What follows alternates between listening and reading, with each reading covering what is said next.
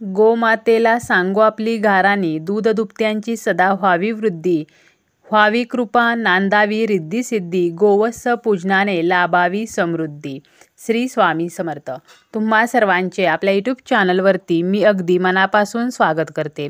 तुमच्या मनातील सर्व चांगल्या इच्छा स्वामी महाराज पूर्ण करोत हीच स्वामींच्या चरणी प्रार्थना करते आणि आजच्या व्हिडिओला सुरुवात करते. आजच्या व्हिडिओमध्ये आपण पाहणार आहोत ते म्हणजे वसुबारसेच्या दिवशी पूजा कशी करावी, पूजेचा शुभमुहूर्त काय असणार आहे, मंत्र कोणता बोलावा, नैवेद्य काय दाखवावा.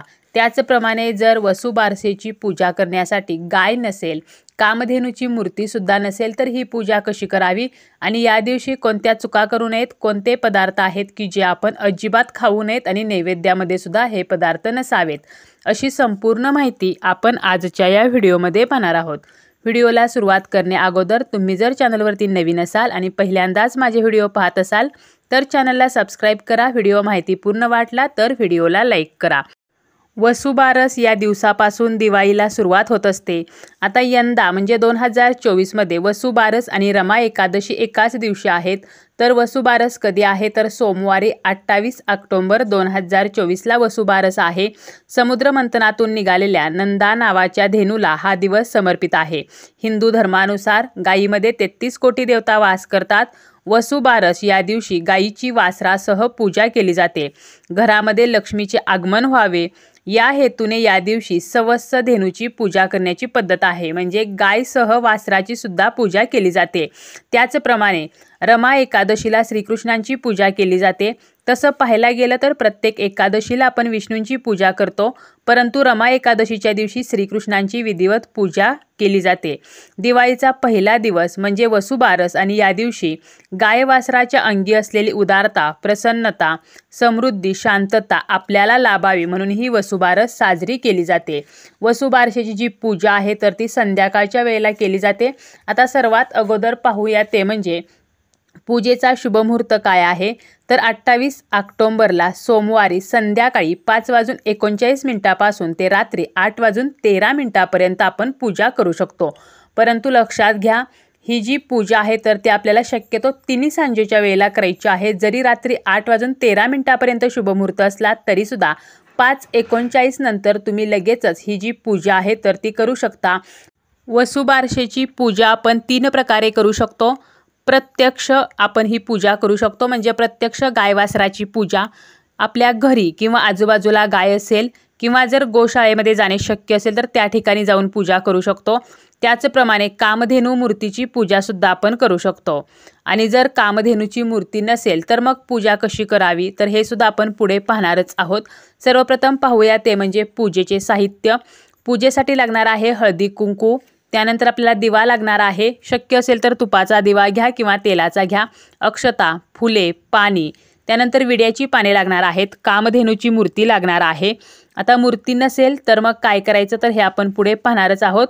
त्याचप्रमाणे बाळकृष्णांची मूर्ती लागणार आहे. एक पाटावरती अंतरण्यासाठी लाल कापड, अगरबत्ती, धूप, तर असं साहित्य जे आहे तर ते आपल्याला लागणार आहे. आता ही पूजा कशी करावी तर या दिवशी आपण प्रत्यक्ष गायवासराची पूजा करू शकतो. तुमच्या घरी जर गायवासरू असेल तर त्याची प्रत्यक्ष पूजा करा आणि जर नसेल तर मग कामधेनूची मूर्ती जी आहे तर तिची आपण पूजा करू शकतो. शहरी भागामध्ये गायवासरू भेटणे कठीण असते, यामुळे मूर्तीची पूजा केली जाते आणि जर गोशाळेमध्ये जाऊन शक्य असेल तर आपण गायीची पूजासुद्धा करू शकतो. आता आपण ही जेव्हा मूर्तीची पूजा करतो तर तेव्हा काय करायचं, एक पाट घ्यायचा, त्यावरती लाल कापड अंतरायचं. सर्वप्रथम आपल्याला एका बाजूला थोड्याशा अक्षता ठेवायच्या आहेत किंवा तुम्ही 2 विड्याची पाने ठेवू शकता आणि त्यावरती थोड्याशा अक्षता ठेवायच्या आहेत. त्यानंतर त्यावरती दिवा ठेवायचा आहे, दिवा प्रज्वलित करायचा आहे. दिव्याला हळदी कुंकू, अक्षता, फूल अर्पण करून दिव्याची पूजा करायची आहे. यानंतर आपल्याला गणपती बाप्पांनी श्रीकृष्णांची सुद्धा पूजा करायची आहे. गणपती बाप्पांनी बाळकृष्णांना विधिवत अभिषेक आपल्याला करून घ्यायचा आहे. वक्रतुंड महाकाय सूर्यकोटी समप्रभ निर्विघ्नं कुरु मे देवम सर्व कार्येषु सर्वदा, तर असे म्हणत आपल्याला गणपती बाप्पांना जलाभिषेक आणि पंचामृताचा अभिषेक करायचा आहे. यानंतर मूर्ती स्वच्छ पुसून आपल्याला काय करायचं आहे तर 2 विड्याची पाने ठेवून त्याच्यावरती आपल्याला थोड्याशा अक्षता ठेवायच्या आहेत आणि आपल्याला त्यावरती ही मूर्ती जी आहे तर ती ठेवायची आहे। त्यानंतर बाप्पांना हळदी कुंकू, अक्षता, जास्वंदीचं फूल आणि दुर्वा अर्पण करायचे आहेत। याच पद्धतीने बाळकृष्णांना सुद्धा आपल्याला अभिषेक करायचा आहे आणि बाळकृष्णांची सुद्धा मूर्ती आपल्याला कोरड्या कपड्याने पुसून तिची सुद्धा स्थापना करायची आहे। या मूर्तीला सुद्धा गंध, अक्षता, फुले यानंतर तुळशीची पाने अर्पण करायची आहेत। बाप्पांना आपल्याला तुळशीची पाने अजिबात अर्पण करायची नाहीत, परंतु बाळकृष्णांना मात्र आवर्जून तुळशीपत्र अर्पण करायचं आहे। यानंतर कामधेनूची जी मूर्ती आहे तर ती एका तामणामध्ये ठेवायची आहे। प्रथम पायावरती आणि नंतर सर्व अंगावरती तर अशी आपल्याला त्या मूर्तीला स्नान घालायचं आहे। यासाठी आपल्याला पाण्याचा वापर करायचा आहे, चुकूनही पंचामृताचा वापर आपल्याला करायचा नाही। त्यानंतर मूर्ती कोरडी करून विड्याच्या पानावरती थोडेसे तांदूळ ठेवून त्यावरती ही मूर्ती ठेवायची आहे। मूर्तीला हळदी कुंकू, अक्षता, फुले अर्पण करायची आहेत।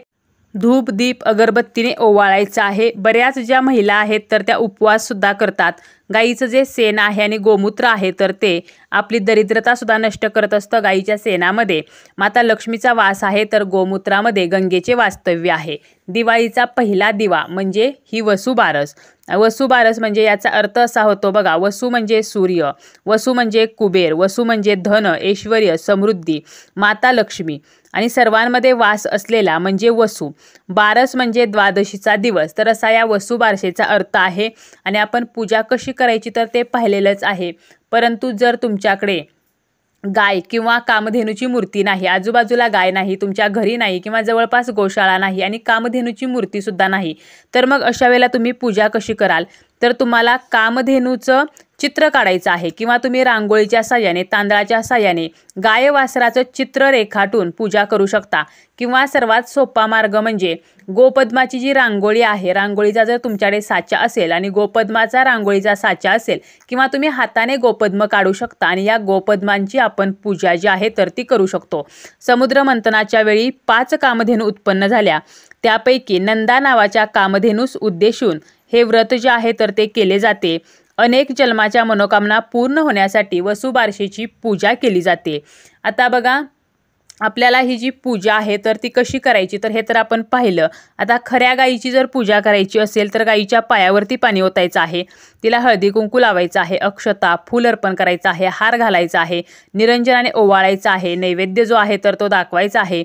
त्याचप्रमाणे गाईला प्रदक्षिणा सुद्धा आपण घालू शकतो। आता आपल्याला या दिवशी नैवेद्य काय असावा तर उडदाचे वडे जे आहेत तर ते आवर्जून नैवेद्यामध्ये बनवावेत। त्याचप्रमाणे बाजरीची भाकरी आणि गूळ असा नैवेद्य तुम्ही देऊ शकता किंवा पुरणपोळी, खडीसाखर असा नैवेद्य असला तरी सुद्धा चालेल।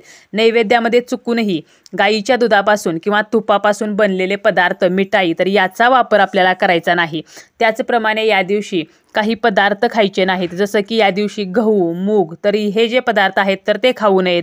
उपवास तुम्ही करत असाल तर तो सोडताना बाजरीची भाकरी आणि गवारीची शेंग जी आहे तर ती आवर्जून खावी। त्याचप्रमाणे या दिवशी दूध, दुधाचे पदार्थ, तळलेले पदार्थ खाऊ नयेत। गाईच्या दुधाचा किंवा तुपाचा वापर आपल्याला या दिवशी खाण्यासाठी अजिबात करायचा नाही। त्याचप्रमाणे आपण जर कामधेनूच्या मूर्तीची पूजा करत असू तर त्याला सुद्धा पंचामृताने स्नान जे आहे तर ते अजिबात घालायचे नाही। त्याचप्रमाणे नैवेद्यामध्ये सुद्धा गाईच्या दुधापासून बनलेले जे पदार्थ आहेत तर ते नसावेत। त्याचप्रमाणे आपल्याला या दिवशी घरामध्ये कलह, किरकिर या गोष्टी करायच्या नाहीत। मांसाहार जो आहे तर तो पूर्णपणे वर्ज्य करायचा आहे। त्याचप्रमाणे आपल्याला या दिवशी जेवढं राहता येईल तर तेवढं सात्विक राहायचं आहे, कोणावरतीही रागावायचं नाही। या दिवशी चामड्याच्या वस्तूंचा वापर करायचा नाही। शक्य असेल तर आपल्याला या दिवशी दिवसा झोपायचे सुद्धा नाही। तर असं काही छोटे छोटे सुद्धा नियम आहेत की जे आपण या दिवशी पाळायचे आहेत। या दिवशी ओम नमो भगवते वासुदेवाय तर या मंत्राचा आपल्याला जास्तीत जास्त जप करायचा आहे।